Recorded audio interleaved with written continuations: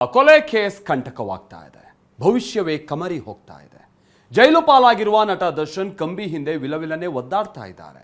ಕೊಲೆ ಆರೋಪಿಯಾಗಿರುವ ನಟನಿಗೆ ಸುಪ್ರೀಂ ಕೋರ್ಟ್ನಿಂದಲೂ ಇವತ್ತು ಶಾಕ್ ತಟ್ಟಿದೆ. ಯಾಕಂದ್ರೆ ಇನ್ನೊಂದು ವರ್ಷ ಜೈಲು ವಾಸ ಫಿಕ್ಸ್ ಆಗಿದೆ.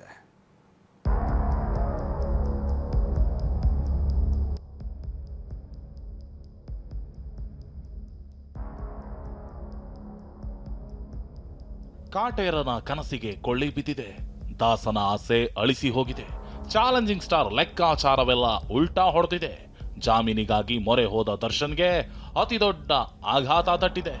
ನಟನ ಜಾಮೀನು ಬೇಡಿಕೆಗೆ ಸುಪ್ರೀಂ ಕೋರ್ಟ್ ನಕಾರ ವ್ಯಕ್ತಪಡಿಸಿದೆ. ಇನ್ನೊಂದು ವರ್ಷ ಜೈಲಿನಲ್ಲೇ ಕಾಲ ಕಳೆಯಬೇಕಾದ ಸಂಕಷ್ಟ ಎದುರಾಗಿದೆ. ದರ್ಶನ್ಗೆ ಇನ್ನು ಕನಿಷ್ಠ 1 ವರ್ಷ ಜೈಲು ವಾಸ ಫಿಕ್ಸ್. ಜಾಮೀನಿಲ್ಲ, ಹೆಚ್ಚಿನ ಸವಲತ್ತಿಲ್ಲ, ದಾಸನಿಗೆ ನಿರಾಸೆ. ರೇಣುಕಾಸ್ವಾಮಿ ಕೊಲೆ ಕೇಸ್ನಲ್ಲಿ ನಟ ದರ್ಶನ್ಗೆ ಇನ್ನೂ ಕನಿಷ್ಠ 1 ವರ್ಷ ಜೈಲು ವಾಸ ಫಿಕ್ಸ್ ಆಗಿದೆ. ಜಾಮೀನಿಗಾಗಿ ಸುಪ್ರೀಂ ಕೋರ್ಟ್ ಮೊರೆ ಹೋಗಿದ್ದ ದರ್ಶನ್ಗೆ ನಿರಾಸೆಯಾಗಿದೆ. ಇನ್ನೊಂದು ವರ್ಷ ಜಾಮೀನು ಇಲ್ಲ, ಹೆಚ್ಚಿನ ಸವಲತ್ತು ಇಲ್ಲ ಅನ್ನೋ ರೀತಿ ಜಾಮೀನು ಅರ್ಜಿ ಇತ್ಯರ್ಥಗೊಂಡಿದೆ. ಅಂದಹಾಗೆ ಸಾಕ್ಷಿಗಳ ವಿಚಾರಣೆ ವಿಳಂಬ ಆಗ್ತಿದೆ. ಕುಟುಂಬದವರ ಭೇಟಿಗೆ ಅವಕಾಶ ಸೇರಿದಂತೆ ಹಲವು ಸವಲತ್ತುಗಳನ್ನ ನೀಡ್ತಿಲ್ಲ ಅಂತ ಸುಪ್ರೀಂ ಕೋರ್ಟ್ಗೆ ದರ್ಶನ್ ಮನವಿ ಮಾಡಿದ್ರು. ಈ ಸಂಬಂಧ ವರದಿ ತರಿಸಿಕೊಂಡಿದ್ದ ನ್ಯಾಯಮೂರ್ತಿ ಜೆ.ಬಿ. ಪರ್ದಿವಾಲಾ ಹಾಗೂ ನ್ಯಾಯಮೂರ್ತಿ ವಿಜಯ್ ಬಿಷ್ಣೋಯಿ ಅವರಿದ್ದ ಪೀಠ ಇಂದು ಮಹತ್ವದ ಆದೇಶ ನೀಡಿದೆ. ಕ್ವಾರಂಟೈನ್ ಸೆಲ್ನಲ್ಲಿ ಏಕೆ ಇಡಲಾಗಿದೆ? ಕೋವಿಡ್ ವೇಳೆ ಕ್ವಾರಂಟೈನ್ ಸೆಲ್ ಎಂದು ಕರೆಯಲಾಗುತ್ತಿತ್ತು. ಈಗ ಇದು ಪ್ರತ್ಯೇಕ ಬ್ಯಾರಕ್ ಆಗಿದೆ. ಇನ್ನು 1 ವರ್ಷದೊಳಗೆ ಮುಖ್ಯವಾದ 60 ಸಾಕ್ಷಿಗಳ ವಿಚಾರಣೆ ಮುಗಿಸುತ್ತೇವೆ. 57ನೇ ಸಿಸಿಎಚ್ ಕೋರ್ಟ್ ಈಗ ಖಾಲಿ ಇದೆ. ಇನ್ಚಾರ್ಜ್ ಕೋರ್ಟ್ನಲ್ಲಿ ವಿಚಾರಣೆಯಾಗುತ್ತಿರುವುದರಿಂದ ವಿಳಂಬವಾಗಿದೆ. ಹಾಗಿದ್ರೆ ನಿಮಗೆ 1 ವರ್ಷ ಸಮಯ ನೀಡ್ತೇವೆ. ಅಷ್ಟರಲ್ಲಿ 60 ಸಾಕ್ಷಿಗಳ ವಿಚಾರಣೆ ಮುಗಿಸಿ. ಪ್ರತ್ಯಕ್ಷ ಸಾಕ್ಷಿಗಳ ವಿಚಾರಣೆಯನ್ನ ಬೇಗ ಮುಗಿಸಿ ಎಂದು ನಾವು ಕೇಳಿದ್ದೇವೆ. ಆದರೆ ಮುಖ್ಯ ಸಾಕ್ಷಿಗಳ ವಿಚಾರಣೆಯನ್ನೇ ಮುಗಿಸಿಲ್ಲ.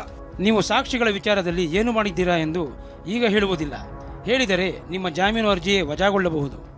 ವಾದ ಪ್ರತಿವಾದ ಆಲಿಸಿದ ಜಡ್ಜ್ 1 ವರ್ಷದಲ್ಲಿ ವಿಚಾರಣೆ ಮುಗಿಯದಿದ್ರೆ ಜಾಮೀನಿನ ವಿಚಾರವನ್ನ ಪರಿಶೀಲನೆ ಮಾಡ್ತೀವಿ ಅಂದ್ರು.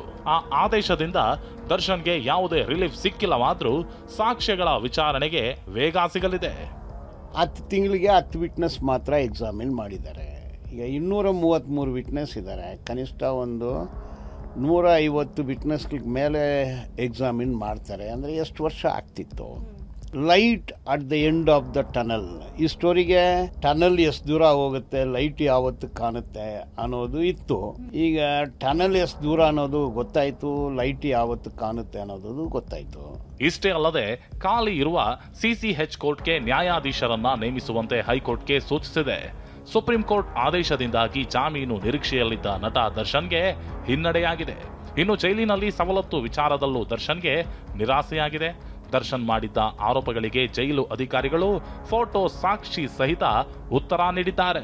ಕುಟುಂಬದವರು, ಸ್ನೇಹಿತರು, ವಕೀಲರ ಭೇಟಿಗೆ ಅವಕಾಶ ನೀಡಿರುವ ಬಗ್ಗೆ ಅಂಕಿ ಅಂಶ ಸಹಿತ ನೀಡಿರುವಂತಹ ಮಾಹಿತಿ ಪರಿಗಣಿಸಿದ ಸುಪ್ರೀಂ ಕೋರ್ಟ್ ಯಾವುದೇ ಹೆಚ್ಚುವರಿ ಸವಲತ್ತಿಗೆ ಆದೇಶ ನೀಡಿಲ್ಲ. ಬದಲಿಗೆ ಜೈಲು ಕೈಪಿಡಿಯನ್ನ ಪಾಲಿಸುವಂತೆ ಸೂಚಿಸಿದೆ. ಹೀಗೆ ಕೊಲೆ ಆರೋಪಿ ದರ್ಶನ್ 1 ವರ್ಷದ ಬಳಿಕ ಜಾಮೀನು ಅರ್ಜಿಯನ್ನ ಸಲ್ಲಿಸಬಹುದು. ಅಲ್ಲಿಗೆ ದಾಸನಿಗೆ ಇನ್ನೊಂದು ವರ್ಷ ಜೈಲೇ ಗತಿಯಾಗಿದೆ. ಹೀಗಾಗಿ ಬಿಗ್ ಡೇ ನಿರೀಕ್ಷೆಯಲ್ಲಿದ್ದ ದರ್ಶನ್ ಪಾಲಿಗೆ ಇವತ್ತು ಬ್ಯಾಡ್ ಡೇ ಆಗಿದೆ. ರಮೇಶ್, TV9 ಬೆಂಗಳೂರು.